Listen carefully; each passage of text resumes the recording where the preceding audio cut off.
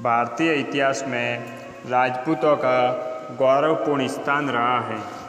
यहाँ के रणबांकुरों ने देश, जाति, धर्म व स्वाधीनता की रक्षा के लिए अपने प्राणों का बलिदान देने में भी कभी संकोच नहीं किया। इनके इस त्याग पर संपूर्ण भारत को गर्व रहा है। वीरों की इस भूमि में राजपूतों के अनेक छोटे बड़े राज्य रहे हैं, जिन्होंने भारत की स्वाधीनता के लिए संघर्ष किया है। इन्हीं राज्यों में मेवाड़ का अपना एक विशेष स्थान है, जहाँ इतिहास के गौरव बप्पा रावल, खुमान प्रथम, महाराणा हमीर, महाराणा कुंभा, महाराणा सांगा, उदय सिंह और वीर शिरोमणि राणा प्रताप ने जन्म लिया है। आज का हमारा वीडियो है महाराणा प्रताप का हल्दी घाटी का युद्ध।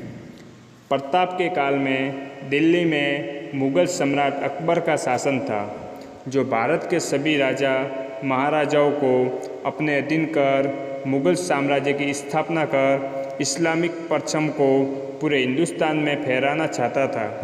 इसलिए उसने नीति अनीति दोनों का ही सहारा लिया।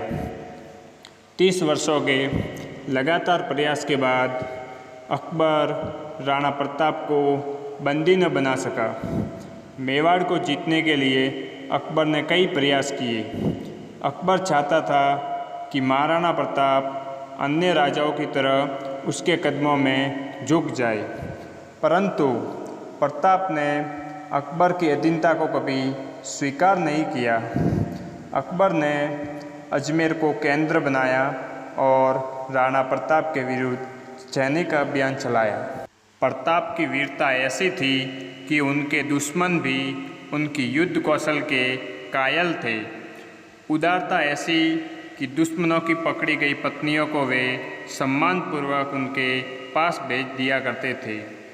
इस योद्धा ने साधन सीमित होते हुए भी दुश्मन के आगे सिर नहीं झुकाया। राणा प्रताप ने उदयपुर के पास गोगुंदा में अपना आधार स्थापित किया। अकबर ने अपने कबीले के वंशानुगत विरोधी मेवाड़ के सिसोदिया के साथ युद्ध करने के लिए कछवा राजा मान सिंह की प्रतिनियुक्ति की। मान सिंह ने मांडलगढ़ में अपना आधार स्थापित किया और वहां अपनी सेना जुटाकर गोगुंदा को प्रस्थान किया। हल्दी घाटी का दर्रा इतिहास में महाराणा प्रताप व अकबर की सेना के मध्य लड़े गए ऐतिहासिक युद्ध के लिए प्रसिद्ध है। वह खमनोर व बलीचा गांव के मध्य एक दर्रा है, जो राजसमंद और पाली को जोड़ता है। इसका नाम हल्दी घाटी इसलिए पड़ा क्योंकि यहाँ की मिट्टी हल्दी जैसी पीली है। हल्दी घाटी को राती घाटी भी कहते हैं। हल्दी घाटी का युद्ध 18 जून 1576 को सूर्योदय के 3 घंटे बाद शुरू हुआ।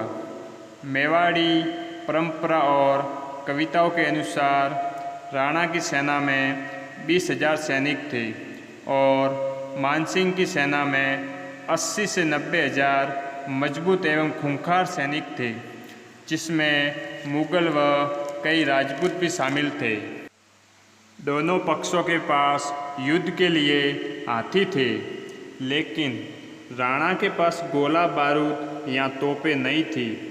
विकट परिस्थिति में झाला सरदारों के एक वीर पुरुष ने प्रताप का मुकुट व छत्र अपने सिर धारण कर लिया, जिस कारण मुगलों ने उसी को महाराणा प्रताप समझ लिया और उसके पीछे दौड़ पड़े, जिससे राणा प्रताप को युद्ध क्षेत्र से निकल जाने का अवसर प्रदान हुआ।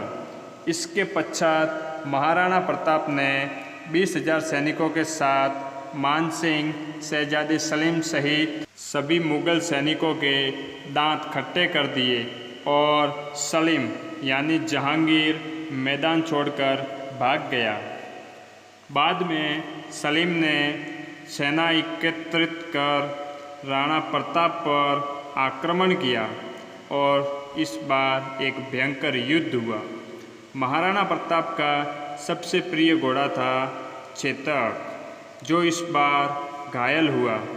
राजपूतों ने शत्रु सेना से बराबरी का मुकाबला किया, परंतु मैदानी तोपों व बंदूकधारियों से सुसज्जित शत्रु सेना की विशाल सेना के सामने समूचा पराक्रम निष्फल रहा। युद्ध के दौरान महाराणा प्रताप अपने पराक्रमी घोड़े पर सवार होकर पहाड़ की तरफ जा रहे थे। तब उनके पीछे 2 मुगल सैनिक थे, पर चेतक ने आगे आने वाले 21 फुट के नाले को कूद डाला, जिससे वह पूर्ण रूप से घायल होकर शहीद हो गया। तब राणा प्रताप बहुत दुखी हुए। महाराणा प्रताप अपनी गुरिल्ला युद्ध नीति द्वारा अकबर को कई बार मात दी थी। मेवाड़ के गौरव भामाशाह ने अपनी संपूर्ण संपत्ति को राणा के चरणों में रख दी।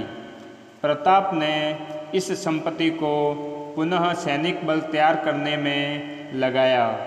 महाराणा प्रताप ने पुनः कुंभलगढ़ पर अपना कब्जा स्थापित करते हुए कई ठिकानों को स्वतंत्र कराया।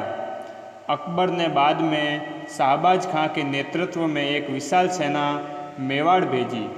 सेना ने कुंभलगढ़ और केलवाड़ा पर कब्जा कर लिया। वह उदयपुर गोगुंदा क्षेत्र में लूटपाट की, जिसका सामना राणा प्रताप करते रहे। चावंड पर राणा प्रताप ने पुनः कब्जा किया। शाहबाज खां अकबर के पास खाली हाथ लौटा। राणा ने कई क्षेत्र को स्वतंत्र करवाकर उदयपुर को अपनी राजधानी बनाया। मुगलों के घटते प्रभाव पर राणा ने संपूर्ण मेवाड़ को पुनः स्वतंत्र करा लिया।